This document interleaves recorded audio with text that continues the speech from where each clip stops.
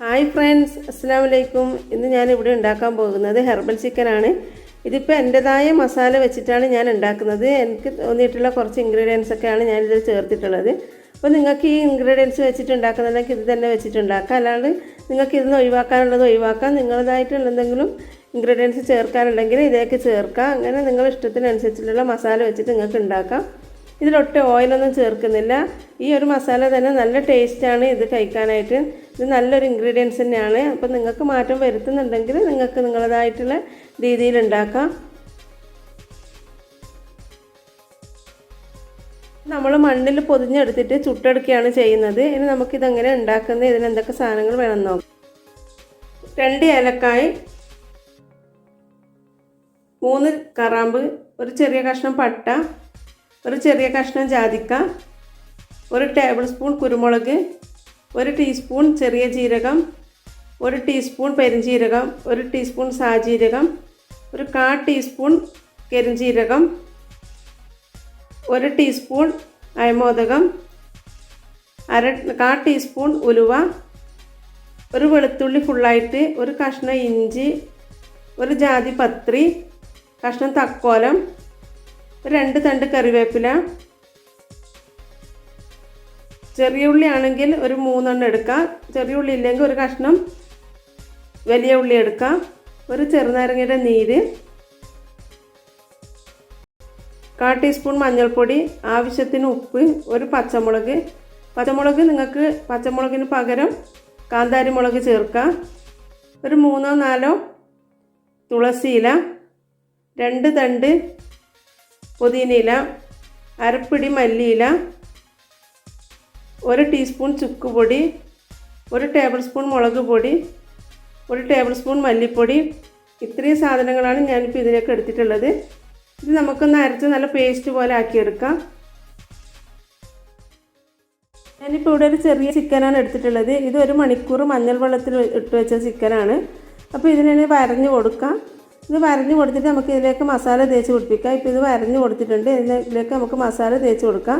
അപ്പോൾ ഈ വരൻ്റെ അകത്തൊക്കെ എത്തുന്ന വിധത്തിൽ വേണം മസാല തേച്ച് കൊടുക്കാൻ വേണ്ടിയിട്ട്. ഇതിൻ്റെ ഉൾഭാഗത്തും പുറം ഭാഗത്തും എല്ലായിടത്തും ഒരുപോലെ തേച്ച് പിടിപ്പിച്ച് കൊടുക്കണം.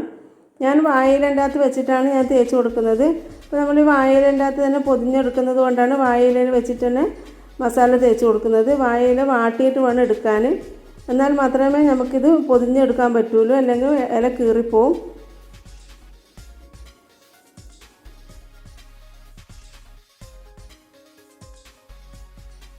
ഇനി മസാല തേച്ചതിന് ശേഷം നമുക്കിത് പൊതിഞ്ഞെടുക്കണം. പൊതിഞ്ഞെടുത്തിട്ട് 1-2 മണിക്കൂർ ഒന്ന് മസാലയൊക്കെ പിടിക്കാനായിട്ട് മാറ്റി വെക്കാം. അതിന് ശേഷം മാത്രം മണ്ണ് തേച്ച് കൊടുത്താൽ മതി. അപ്പോൾ ഞാനിപ്പം വാഴയിലൻ്റെ അകത്ത് പൊതിഞ്ഞെടുക്കുന്നുണ്ട്. ഇതിപ്പോൾ 3 ഇലയാണ് ഞാനിപ്പോൾ എടുത്തിട്ടുള്ളത്. അപ്പോൾ മണ്ണ് തേച്ച് കൊടുക്കുന്ന സമയത്ത് ഇതിൻ്റെ അകത്ത് മണ്ണ് കടക്കാതിരിക്കാനാണ് 3 ഇല എടുത്തിട്ടുള്ളത്.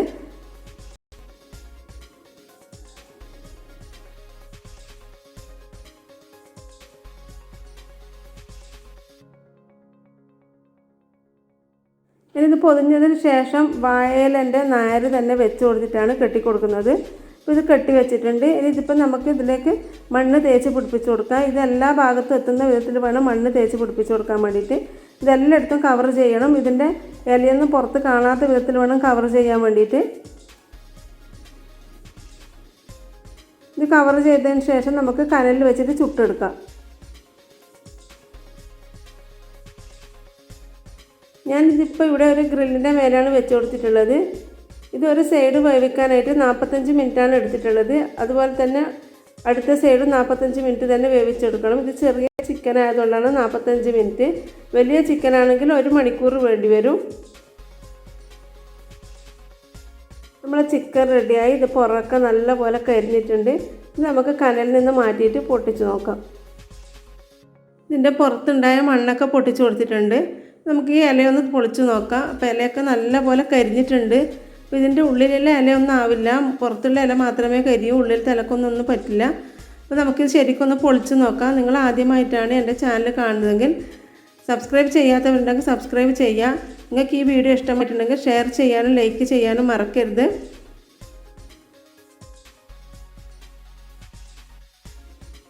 നമ്മുടെ ഉള്ളിലുള്ള വാഴയില ഒന്നും പറ്റിയിട്ടില്ല. നമുക്കിതൊരു പാത്രത്തിലേക്ക് വെച്ചിട്ട് പൊളിച്ച് നോക്കാം. ഇതിനകത്ത് ചെറുതായി ഗ്രേവി ഉണ്ട്, കുറച്ച് മാത്രമേ ഉള്ളൂ. അപ്പോൾ ആ ഗ്രേവി നല്ല ടേസ്റ്റാണ് കഴിക്കാൻ വേണ്ടിയിട്ട്. ഇപ്പോൾ നല്ല പോലെ വന്നിട്ടുണ്ട്. ഇത് ആവിയൊക്കെ പറക്കുന്നുണ്ട്. എല്ലാവരും ട്രൈ ചെയ്ത് നോക്കണം. ഇൻഷാ അല്ലാഹ് മറ്റൊരു റെസിപ്പിയുമായിട്ട് നമുക്ക് വീണ്ടും കാണാം.